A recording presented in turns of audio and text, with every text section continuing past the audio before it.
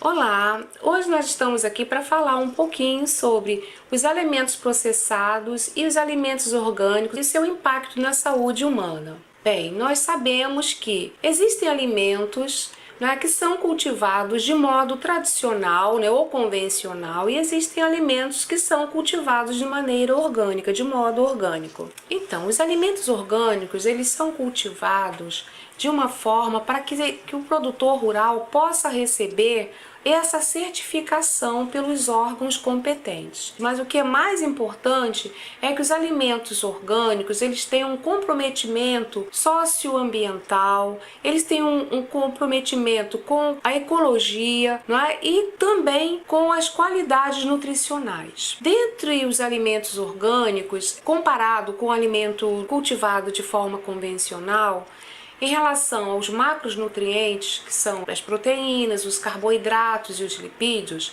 segundo os estudos, não apresentam diferença significativa entre o plantio convencional e o plantio orgânico. Sendo que, na questão dos micronutrientes, aí estão compreendidas as vitaminas e os minerais, observa-se que no alimento orgânico ele tem maior quantidade de vitaminas, por exemplo, a vitamina C. Então, nesses mesmos estudos, também observou-se que os alimentos orgânicos eles possuem uma menor concentração de metais pesados, tais como chumbo, como o mercúrio, o alumínio, e também nos alimentos orgânicos nós temos uma quantidade maior de zinco, de magnésio, entre outros minerais, e até mesmo do ferro.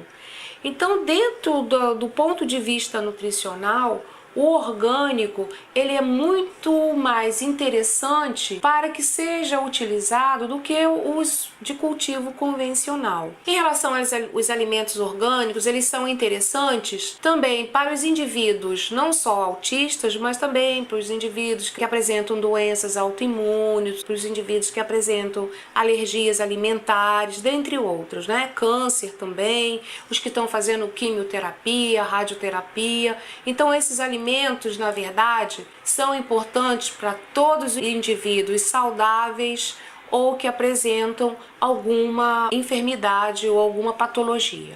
Em relação aos alimentos, devemos sempre procurar o consumo in natura ou minimamente processados. Por quê? Nos alimentos ultraprocessados nós temos excesso de sódio, muitas das vezes, até mesmo de açúcar, para que possa manter a sua vida útil de prateleira ou a sua vida útil até mesmo de freezer ou congelador, ou até mesmo de geladeira.